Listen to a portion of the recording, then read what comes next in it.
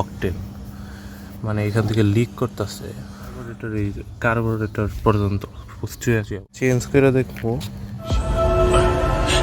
Ever since I was a kid, I've been itching. If I was you, I would cut up my wrist. I'm so tired of her body, oh. Should have sworn I don't mind it. লক্ষ্য করতেছি আমার এইখানে তেল পড়ে থাকে মাঝে মধ্যে।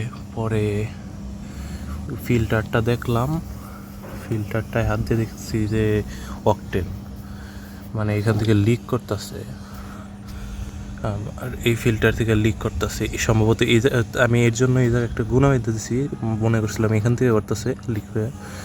পরে দেখি এখানে ভিজা না, 2-3 ইউজ করার পরে দেখি এখানে ভিজা না, এখানে ভিজতেছে। সম্ভবত এই ফিল্টারটা এইখান থেকে লিক হইতেছে।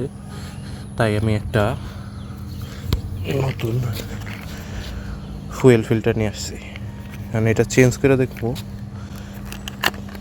যে ঠিক হয় কিনা। আমার এই ফুয়েল ফিল্টার চেঞ্জ করার জন্য আমার এই সাইডের কিটটা খুলতে হবে। আর এই সাইডের কিট খোলার জন্য একটা টেস্টার দরকার,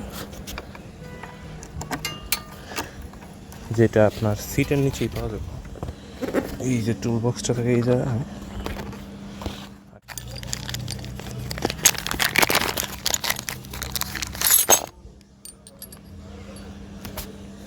এখন আমার এই স্ক্রুটা খুলতে হবো, আর এই জায়গায় আছে একটা স্ক্রু এই জায়গায়, আর এই জায়গায় এই সাইডের কিটটা খুলছি। এই যে এবারে আমাকে এটা খুলতে হবো।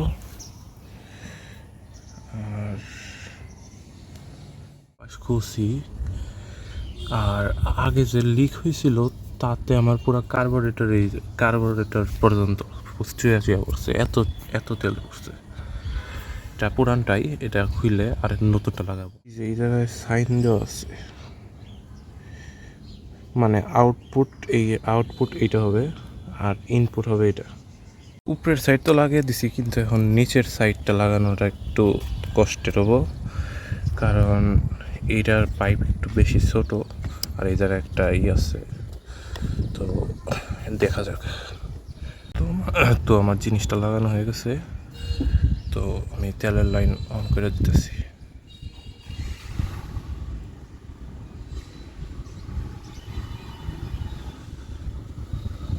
আর দেখা যাক